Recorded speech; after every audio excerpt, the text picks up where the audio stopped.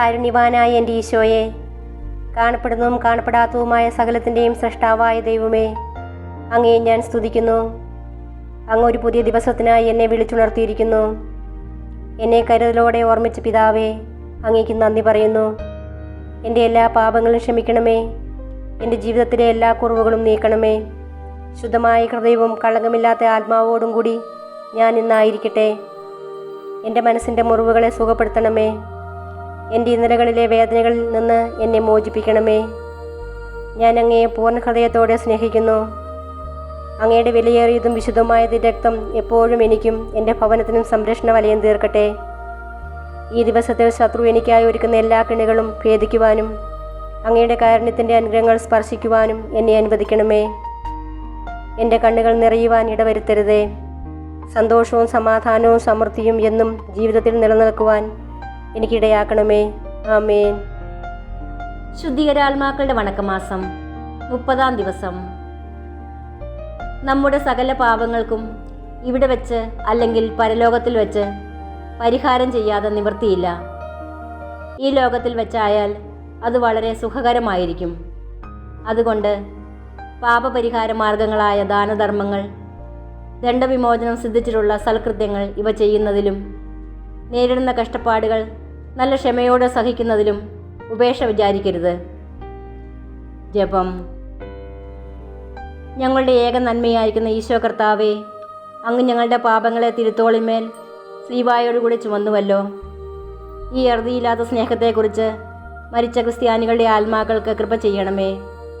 വിശേഷിച്ച് ഒരാശ്വാസവുമില്ലാതെ കിടക്കുന്നവരുടെ മേൽ അധികമരുവായി അവർക്ക് ക്ഷണത്തിൽ സ്വർഗപ്രവേശം അനുഭവിക്കുവാൻ അനുഗ്രഹം ചെയ്തരളയണമേ.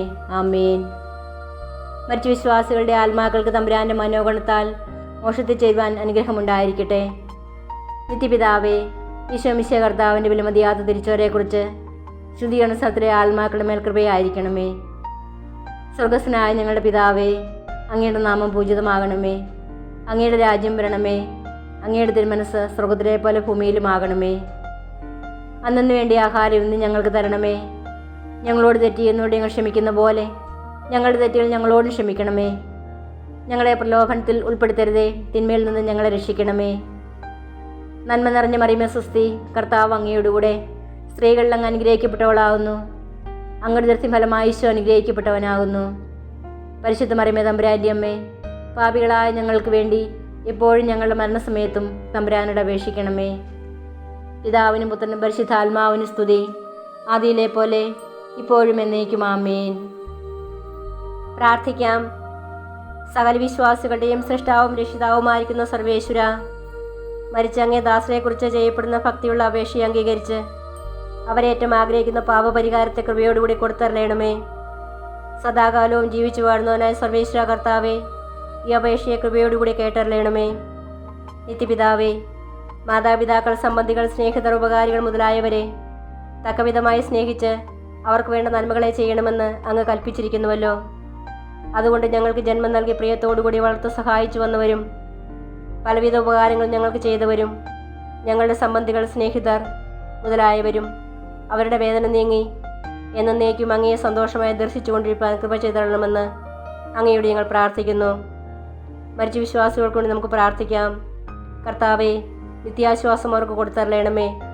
നിത്യവെളിച്ചവും അവർക്ക് ലഭിക്കുമാറാകട്ടെ. ആമേൻ. സുഹൃത ജപം. മറിയത്തിൻ്റെ മധുരമായ തിരുഹൃദയമേ, എൻ്റെ രക്ഷയായിരിക്കണമേ. മറിയത്തിൻ്റെ മധുരമായ തിരുഹൃദയമേ, എൻ്റെ രക്ഷയായിരിക്കണമേ. മറിയത്തിൻ്റെ മധുരമായ തിരുഹൃദയമേ, എൻ്റെ രക്ഷയായിരിക്കണമേ. സൽക്രിയ. ശുദ്ധീകരിക്കപ്പെടുന്ന ആത്മാക്കളെക്കുറിച്ച് ഭക്തിയോടുകൂടെ വിശുദ്ധ കുർബാന ഉൾക്കൊള്ളണം.